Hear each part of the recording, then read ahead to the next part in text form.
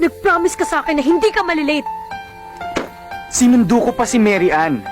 Nag-promise ka rin sa akin na hindi mo isasama yung Mary Ann yan. Okay.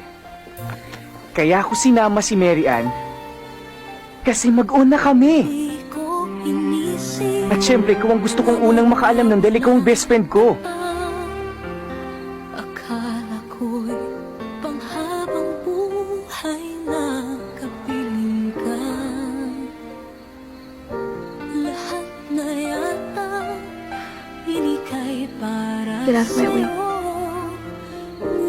Hindi ka ba masaya para sa akin? Get out of my way. Bujoy, di ba ito ang gusto mo? I said get out of my way! Ano bang nangyayari sa'yo? Wala kang pakialam! Hindi na kita maintindihan Kailan mo eh. ba ako inintindi? Diretsuhin mo ako. Dahil hindi ko kayang basahin kung anong nandyan sa utak mo. Kung galit ka, sabihin mo sa akin kung bakit. Kung nasaktan kita, sampalin mo ako. Sige, gantihan mo ako.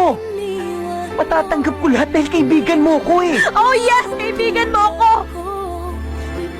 Kaibigan mo lang ako! And that's all I ever was to you, Ned. Your best friend. Takuhan mo kung may problema ka. Tagasunod. Tagabigay ng advice. Taga-enroll. Tagagawa ng assignment. Pinapagkataon sa'yo kapag nalulungkot ka.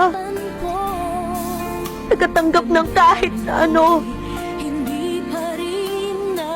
And I'm so stupid to make the biggest mistake of falling in love with my best friend. Dahil kahit kailan, hindi mo naman ako makikita eh. Kahit kailan hindi mo ako kayang mahalin dahil pa sa isang kaibigan. Bujoy. Bujoy.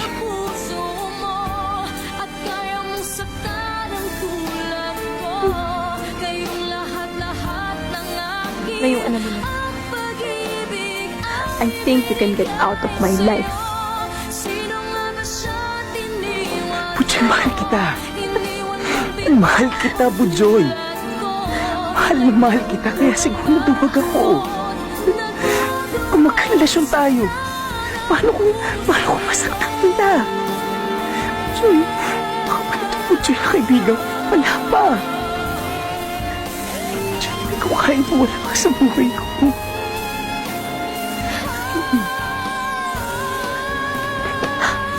Anong gusto mo sabihin ko, Ned? Anong gusto mong maramdaman ko? Mahal mo ko, pero hindi mo na makaya paglaban yung pagmamahal mo sa akin. Gusto mong maniguro? Ned, hindi ka lang... Hindi ka lang isang tuwang.